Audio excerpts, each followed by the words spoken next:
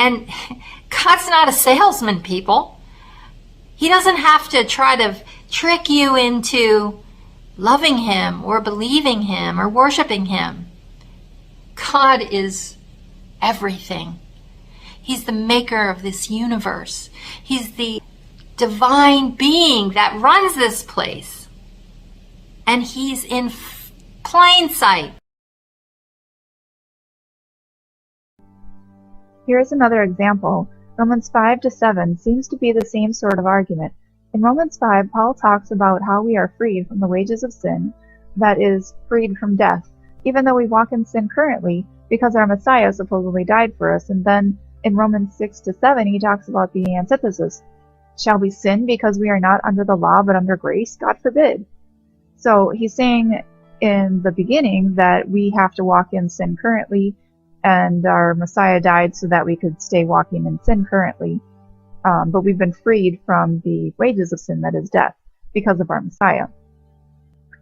So he's talking about you have to sin, and then he says, but shall we sin because we're not under the law but under grace? And he says, no. So I know that people would use that bit to prove that he thinks that we should not be sinning anymore. But then he goes into synthesis mode again in Romans 7, verse 13. Was then that which is good made death unto me? God forbid, but sin, that it might appear sin, worketh death in me by that which is good, that sin by the commandment might become exceedingly sinful. For we know that the law is spiritual, but I am carnal, sold under sin. For that which I do, I allow not. For what I would, that do I not. But what I hate, that I do. If then I do that which I would not, I consent unto the law that it is good. Now then it is no more I that do it, but sin that dwelleth in me.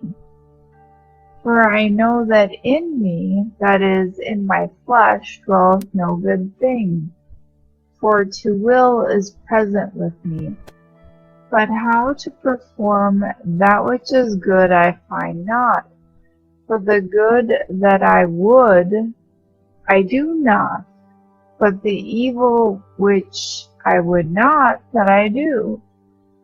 Now if I do that I would not, it is no more I that do it, but sin that dwelleth in me.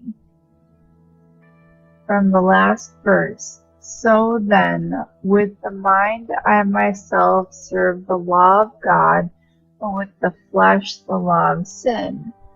So he's saying that sin dwells in him and is constantly coming out, no matter how much he doesn't want it to. But that doesn't matter because in his mind he's still serving God. And Paul has always been a shady character to me, but this just kind of drives the nail in the coffin, and I'm so curious to hear what you think. So leave a comment, like and share, subscribe, ring the bell, do the thing.